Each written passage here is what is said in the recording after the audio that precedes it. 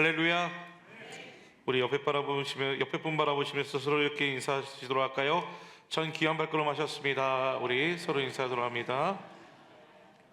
한 번 더 인사할까요? 하나님의 은혜가 넘쳐나기 원합니다. 우리 서로 인사하도록 합니다. 오늘 말씀을 통하여서 영적 성장을 위한 8가지 복 세 번째 시간으로요, 온유한 자에 대해서 함께 은혜를 나누기 원합니다. 우리는 매주마다 영적 성장을 위한 8가지 복에 대해서 함께 은혜를 나누고 있습니다. 오늘 본문은요, 온유한 자는 복이 있나니 그들이 땅을 기업으로 받을 것이며 라는 말씀을 통하여서요, 온유한 자에 주시고자 하는 이 영적인 복이 무엇인지 함께 은혜를 나눴으면 좋겠습니다. 심리학자인 하로우 교수가요, 이러한 실험을 했다라고 합니다.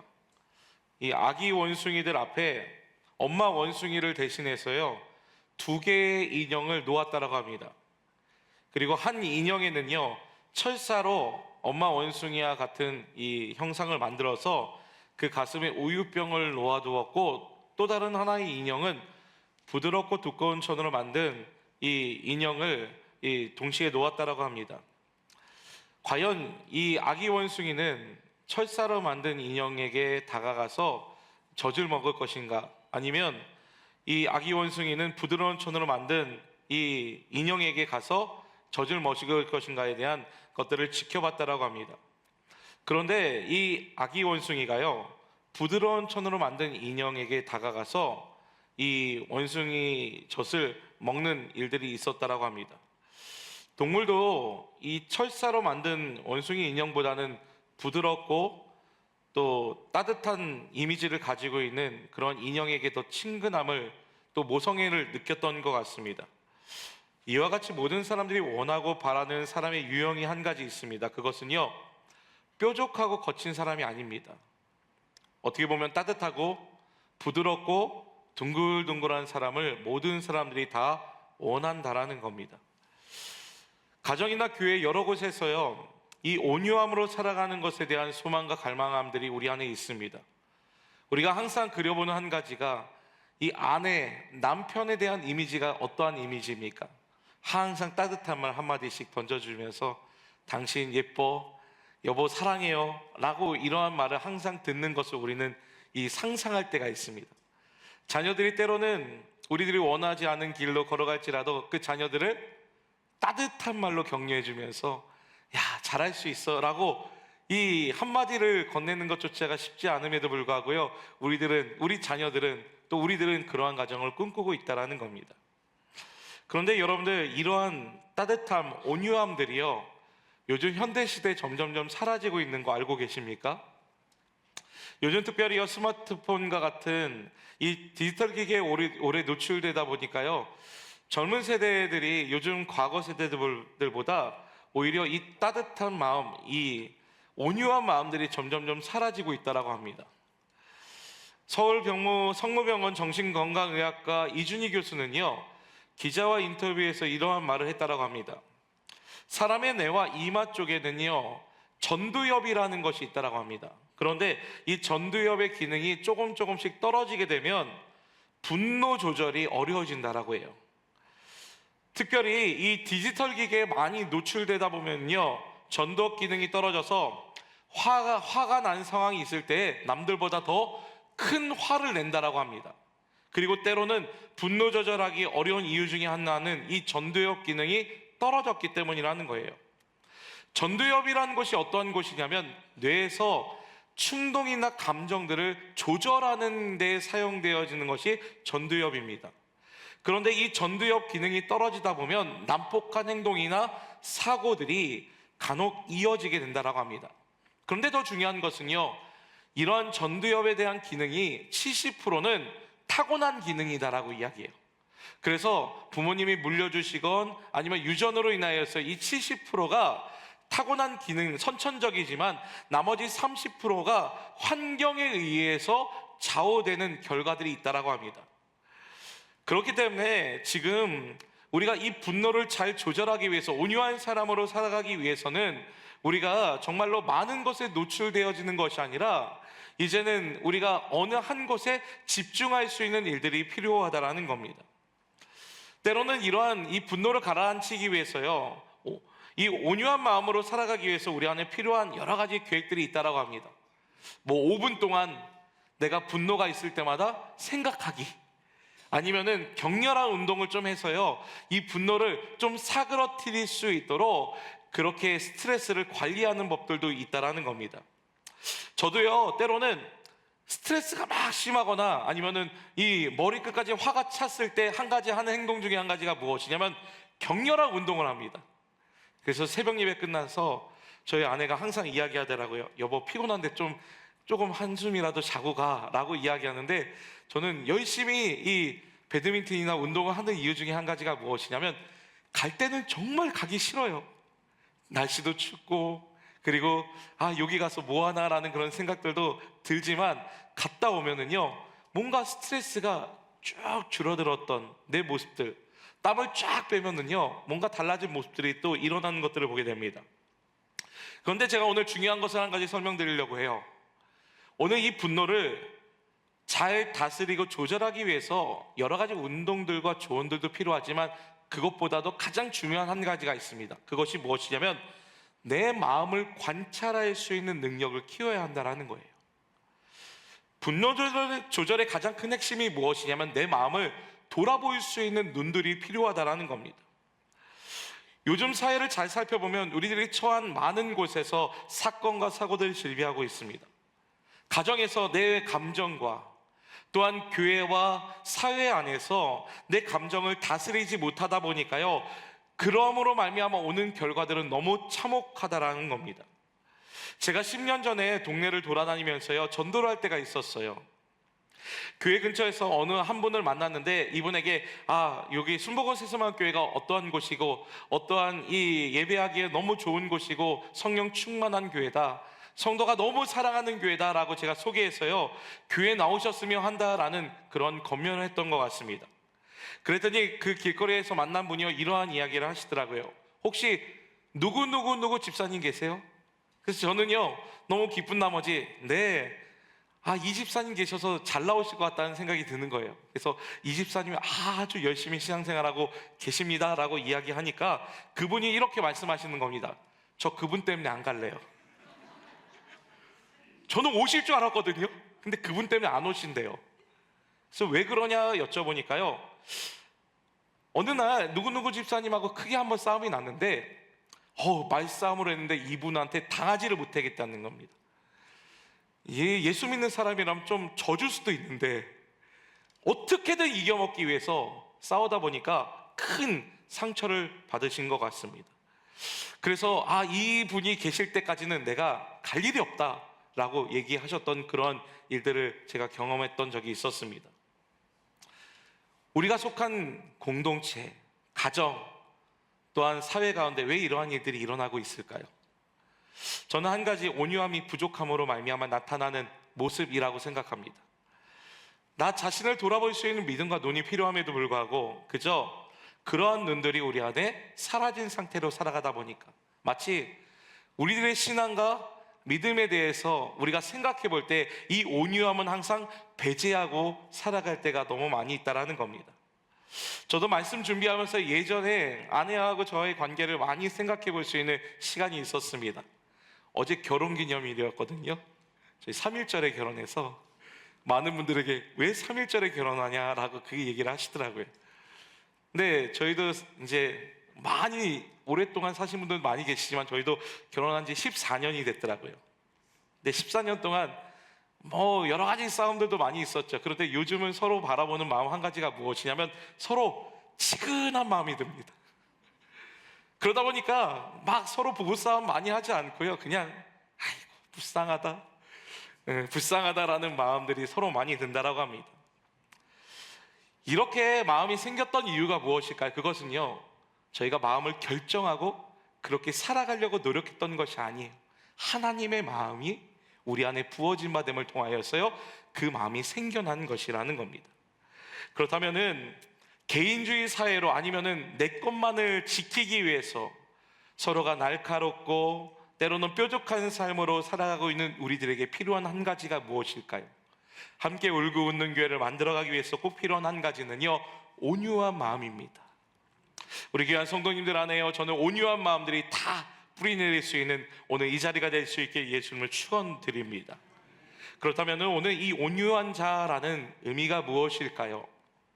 첫 번째로는요, 하나님께 초점이 맞춰져 있는 사람이 온유한 자다라는 겁니다. 오늘 5절 말씀에 온유한 자가 복이 있다라고 말씀하고 있는데, 이 온유하다라는 뜻이 무엇인지 아십니까? 온유하다라는 것은요, 상한 심령, 우리가 찢어진 마음, 하나님 앞에 찢어진 마음과 어근이 같지만 그 뜻은 조금 다르다라는 겁니다.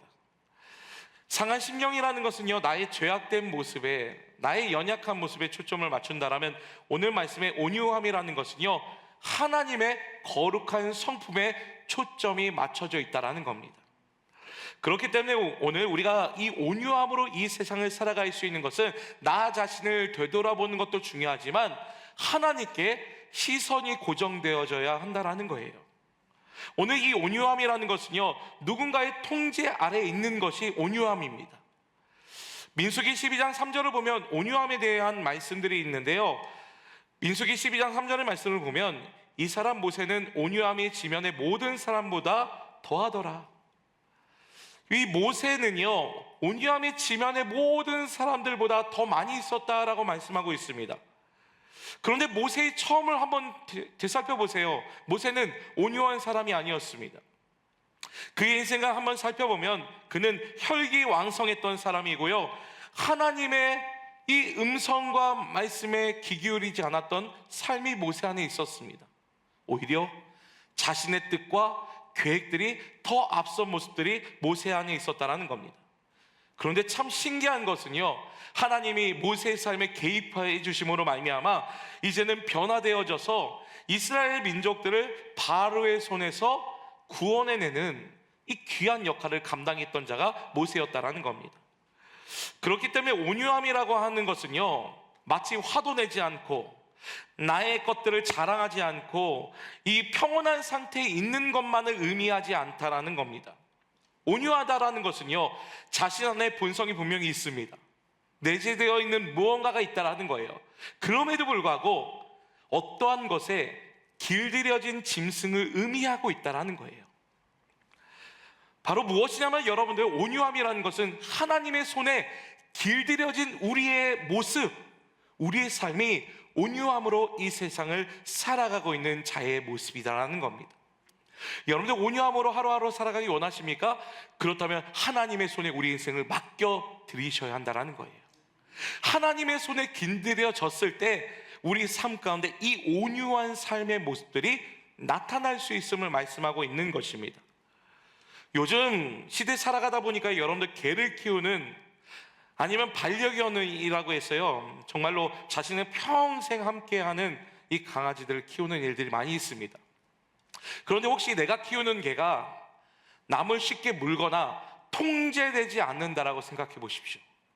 그러면 그 개는요, 아무리 사랑해도요, 키울 수 없다라는 겁니다. 저도 잠깐 설교 준비하면서 영상을 많이 봤는데요, 주인에게 고분고분했던 개가 이 다른 사람을 만날 때 막 지저대고 물어대기 시작하면은요, 결국에는 그 개는요, 사랑하지만 온전한 생활을 할 수 없다라는 겁니다. 그것처럼 오늘 온유한 자라는 것은요, 이미 우리가 하나님의 통제로 말미암아, 하나님의 이 주권으로 말미암아 우리가 하나님의 손 안에 있는 겁니다. 그래서 우리가 아무리, 여러분들 이런 말이 있죠, 뛰어봤자 벼룩이라고.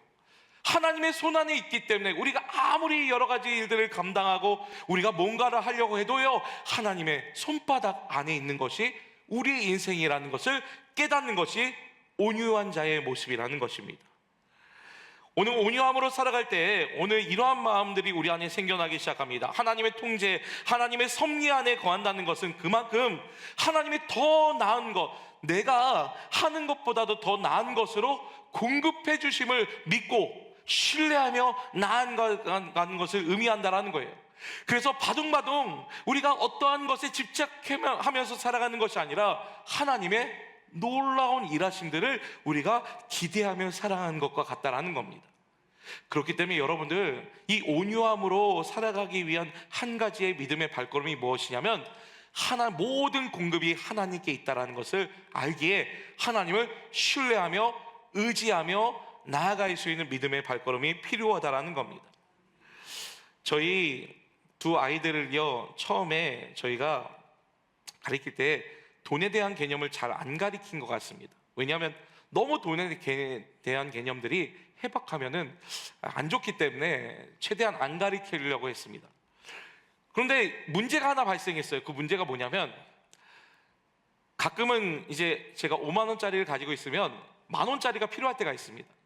그래서 첫째, 둘째 딱 보니까 4만 원 정도 있더라고요. 그래서 제가 그 4만 원 아빠한테 줘. 그러면 아빠가 5만 원짜리 하나 줄게 라고 하니까요, 아이들이 어떻게 하는지 아세요? 절대 안 된다는 거예요. 그래서 야, 5만 원은 4만 원보다 더 큰 거야. 5만 원짜리, 1만 원짜리 5장이 있어야 5만 원이 되는 거야. 그랬더니 애들 논리가 어떤 논리냐면, 아빠, 나는 분명히 4장 갖고 있었다. 근데 아빠는 1장 주잖아. 그러니까 자기는 지금 지폐를 4장 갖고 있었는데 1장 주면서 3장 뺏어간다는 거예요. 그래서요, 그때 당시에 돈 바꾸는 게 참 쉽지 않았습니다. 그런데 요즘은요, 돈의 개념에 대해서 잘 알고 있다 보니까요, 제가 가끔은 이 1만 원짜리가 필요할 때 그렇게 이야기해요. 혹시 바꿀 사람 하면, 아빠 내가 먼저 바꿀게, 내가 먼저, 이렇게 이야기합니다. 제가 그것들을 겪으면서 한 가지 알 수 있었던 것이 무엇이냐면, 돈의 개념을 알면, 깨닫게 되면 적극적으로 바뀌어질 수 있구나. 여러분들, 우리가 온유함으로 살아갈 수 있는 한 가지의 발걸음은요, 딱 하나밖에 없습니다. 하나님이 어떠한 분이신지를 알아야 돼요. 예수님이 어떠한 성품을 가지고 계시고 어떠한 삶으로 이 땅 가운데 오셨는지를 우리가 더 많이 알아갈 때, 우리들은 쥐고 있는 거, 가지려고 하는 것을 오히려 놓게 될 때 더 큰 하나님을 경험할 수 있다는 겁니다. 그렇기 때문에 이 온유함이라는 것은 처음부터 주어진 것이 아닙니다. 매번 하나님께 시선이 고정되어짐을 통하여서 하나님이 우리를 아름답게 갖고 가시고 만들어 가시는 것이 온유함이라는 거예요.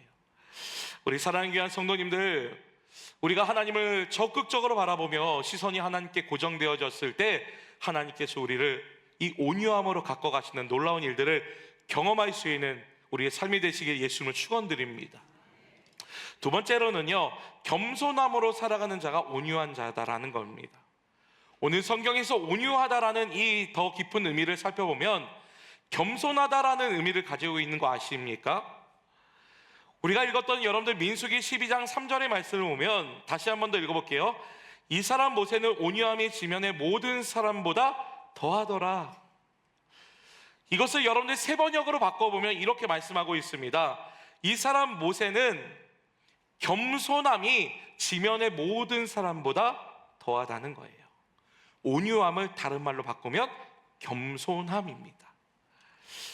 여러분들, 앤드류 머레이 책 중에요, 겸손이라는 책을 한번 읽어보셨으면 좋겠어요. 우리가 겸손함으로 이 세상을 살아감에 있어서 겸손이 얼마나 중요한지에 대해서 이야기하고 있는 책 중에 하나입니다. 그런데 이 겸손이라는 것은 우리가 쉽게 얻어지는 것이 절대 아니다라는 거예요. 치열한 이 우리의 본성이 무엇이냐면 겸손하지 않는 것이 우리의 본성이에요. 그래서 이 겸손함을 이루기 위해서는 치열한 내면적인 싸움이 있지 않으면 겸손함을 이룰 수 없다라는 겁니다. 그런데 이 겸손이라는 책에서 참 재미있는 것을 한 가지 소개하는 것이 무엇이냐면, 겸손이라는 것이 그저 은혜 받았다라고 해서, 내가 어떠한 집회에 참석했다라고 해서, 내가 오늘 결단했다라고 해서 그 겸손이 이루어지는 것이 절대 아니다라는 거예요. 겸손은요, 삶의 영역에서 아주 밀접하게 드러나야 한다라는 겁니다. 오늘 이 겸손이라는 것은요, 그저 단순하게 우리가 생각만으로 끝나는 것이 아니다라는 겁니다. 마치 나 오늘부터 겸손한 인생이 되어야지 라고 해서요, 여러분 인생이 겸손한 인생이 될 수 있는 것이 아닙니다. 오늘 이 겸손은요, 구체적으로 나의 일상생활 속에서 어떻게 해나가야 되는지에 대해서 방향을 우리가 설정하지 않으면 겸손을 이룰 수 없다라는 겁니다. 예수님께서 우리 가운데 가르쳐 주셨던 겸손이 무엇입니까? 그것은 상상만으로, 생각만으로 있었던 겸손이 아니었습니다. 예수님이 제자들 가운데 말씀하셨던 한 가지가 무엇이었냐면, 오늘 겸손함으로 제자들 발을 씻어 주셨고요, 죄인들의 친구가 되셨고요, 때로는 약한 것들에 관심 있게 다가가시고 고쳐주셨다는 겁니다. 그만큼 예수님의 발걸음은요, 이 겸손은 머리 상상력 속에 있었던 것이 아닌 직접적으로 행동했던 것이 겸손이었다는 겁니다. 그렇게 참된 겸손은요, 하나님의 빛 가운데 우리가 아무것도 아니라는 사실을 깨닫고 하나님의 은혜로 말미암아 한 걸음 한 걸음 주님의 뜻으로 이 세상을 살아가는 자가 겸손한 자다라고 말씀하고 있습니다. 한 번은 어떤 사람이 어거스틴에게 찾아와 이런 질문을 했다라고 합니다. 그리스도인으로서 살아가는데 가장 중요한 성품이 무엇입니까? 그러자 어거스틴은 겸손이지요 라고 대답했습니다. 그 사람은 다시 이렇게 질문합니다. 그러면 겸손 다음에 두 번째로 중요한 성품이 무엇입니까? 라고 그렇게 질문하자 어거스틴은 다시 이렇게 이야기합니다. 그래도 겸손입니다. 네, 알겠습니다. 첫 번째도 겸손이고 두 번째도 겸손인 건 알겠는데, 그렇다면 이제는 그리스도인으로서 가져야 할 이 중요한 성품 세 번째가 무엇입니까? 라고 질문하자 답이 무엇이었을까요? 겸손입니다. 그만큼 그리스도인들이 가장 중요하게 가져야 할 성품은요, 겸손이다라는 겁니다. 일상생활 속에서 내가 겸손한 삶으로 살아가는 자의 모습인지 아닌지를 살펴볼 수 있는 것이 무엇인지 아십니까? 내 입술에 과연 어떠한 것이 많이 등장하고 있는지를 살펴보셔야 합니다. 대화할 때 여러분들, 이 사람은 겸손한 사람이네, 이 사람은 겸손하지 않네 라는 그러한 명확한 기준이 한 가지 있습니다. 그 기준이 무엇일까요? 내가 드러나는지 예수님이 드러나는지입니다. 우리들은 늘 이야기할 때 이러한 자랑을 많이 하죠. 내가 노력해서 교회를 세우고, 내가 노력해서 가정에 여러 가지 화목된 가정으로 세웠고, 내가 노력해서 무언가를 이뤘다라고 생각합니다. 그런데 겸손한 사람은 내 학벌, 내 능력, 내 재물을 자랑하는 사람이 아닙니다. 이 모든 것들이 하나님이 주셨음을 인정하는 자입니다. 그래서 오늘 겸손함으로 살아가는 자의 모습의 입술은요, 이러한 입술의 고백들이 많이 있습니다. 하나님이 하셨습니다. 나는 연약하기에, 나는 부족하기에, 때로는 내 모난 성격들이 너무 많이 있기에 이 온전한 사람으로, 온유한 사람으로 살아가기 위해서 하나님이 내 삶을 이끌어 주셨습니다. 이러한 분들이 바로 어떤 분들입니까? 겸손함으로 일상생활 속에서 하루하루 실천하는 삶의 모습이라는 겁니다. 사랑하는 귀한 성도님들, 여러분 안에 하나님이 허락하셨던 수많은 은혜들이 있지 않으십니까? 그렇다면 오늘 온유한 자의 모습이 무엇입니까? 이 모든 것들을 인정하는 겁니다. 하나님이 이끌어 주시고 우리 삶을 붙잡아 주시고 또한 걸음을 걷게 하셨던 하나님의 역사들을 인정하며 살아갈 수 있는 것, 그것이 바로 온유함으로 살아갈 수 있는 귀한 발걸음이 될 줄 믿으시길 예수님을 축원드립니다. 마지막으로 이러한 겸손함으로, 이러한 온유함으로 살아가는 자에게는요, 땅을 기업으로 받을 것이다 라고 말씀하고 있어요. 오늘 5절 말씀에 우리 다시 한번 더 읽어보면, 온유한 자는 복이 있나니 그들이 땅을 기업으로 받을 것이며, 오늘 여러분들 잘 생각해 보십시오. 온유한 자가 땅을 기업으로 받는다, 이것이 맞습니까? 틀립니까? 일반적인 세상 논리는 맞지 않습니다. 땅을 얻을 수 있는 것은, 땅을 차지할 수 있는 것은 무언가 온유한 마음과 반대된 마음이 있어야 무언가 얻을 수 있고 찾을 수 있는 겁니다. 그런데 오늘 온유한 자가 땅을 기업으로 받을 것이며 라고 말씀하고 있습니다. 오늘 이 기업으로 받다라는 이 의미 한 가지가 무엇이냐면, 우리 안에 분배된 복을 받다라는 의미를 가지고 있어요. 내가 아무리 열심히 노력할지라도요, 그것이 하나님이 열어주시지 않으면 그것이 내 것이 될 수 없다라는 겁니다. 내가 아무리 노력할지라도요, 그것이 하나님이 우리 안에 분배해 주신 이 복이 아니면 그것이 내 복이 될 수 없음을 오늘 말씀하고 있는 겁니다. 그렇기 때문에 오늘 온유한 자가 얻을 수 있는 복은 하나님이 주시고자 하는 복을 주시겠다라고 약속하고 있는 겁니다.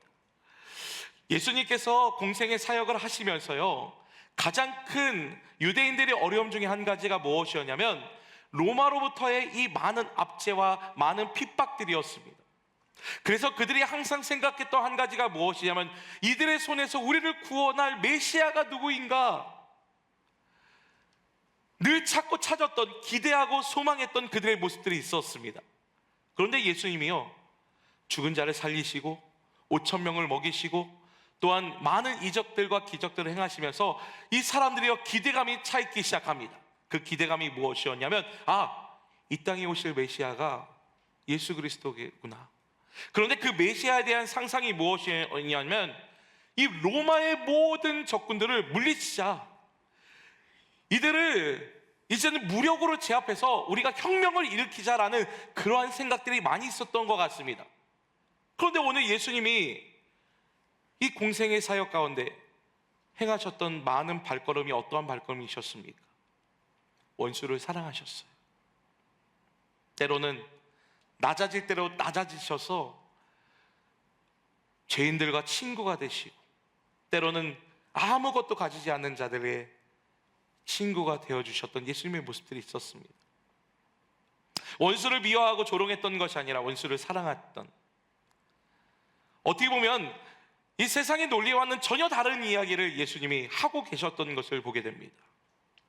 그런데 오늘 예수님이 이러한 사랑과 희생과 헌신들의 모습이 무엇입니까? 온유함이 있기에 그 일들을 감당하셨다는 겁니다.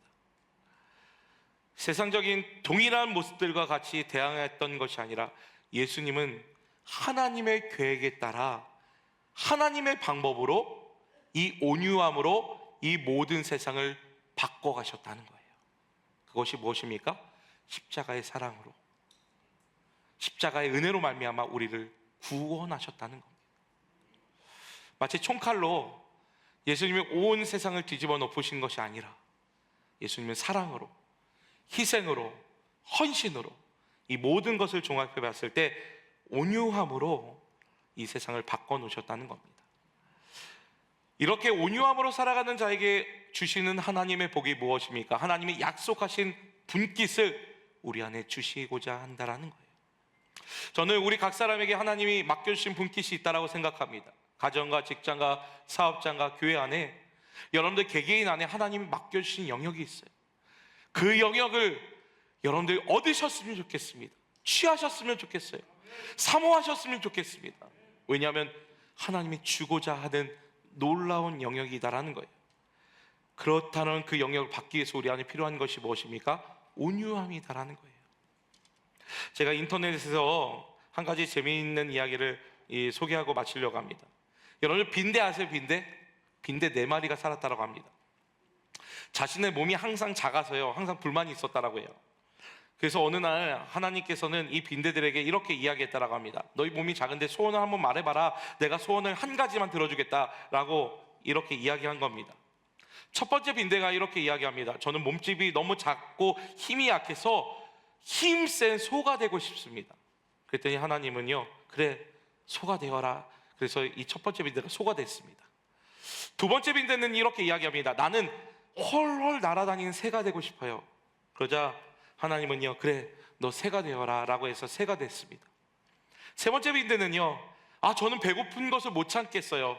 그냥 음식을 마음껏 뒤져 먹을 수 있는 쥐가 되게 해주세요 라고 하니까요, 쥐가 되었다라고 합니다. 네 번째 빈대 차례가 돌아왔잖아요. 네 번째 빈대가요, 욕심이 많이 있었던 것 같습니다. 어차피 들어주실 거면 이왕 실컷 다 구하자 라고 해서 이렇게 이야기했다라고 합니다. 저는요, 소처럼 힘이 세고요, 새처럼 하늘을 날아다니고요, 쥐처럼 굶지도 않는 그런 것이 되고 싶어요 라고 하자 하나님이 빙긋 웃으시면서 이렇게 말씀하셨습니다. 그래, 너는 소세지가 되어라. 여러분들 아직까지 이해 못하시는 분, 비엔나 소세지입니다. 탐욕, 우리 분수의 이상을 우리가 가지려고 했던 마음, 이것은 죄악이 될 수 있습니다. 그래서 오늘 이 복은요, 하나님이 우리 안에 맡겨주신 분깃입니다. 여러분 안에 맡겨주신 분깃이 분명히 있음에도 불구하고 우리들은 더 큰 것들을 얻으려고 또 자랑하기 위해서 살아가고 있지 않으세요? 그러다 보니까 이 온유함이 실종된 상태에서 마치 내가 더 많은 것을 갖기 위해서 화를 내기 시작하고 빼앗기 시작하고 싸우기 시작하는 우리의 모습들을 바라보게 된다는 겁니다. 온유함이라는 것은 오늘 하나님이 나에게 맡겨주신 분깃을 지키고 감사함으로 여기며 그것들을 가지고 살아가는 자의 모습입니다.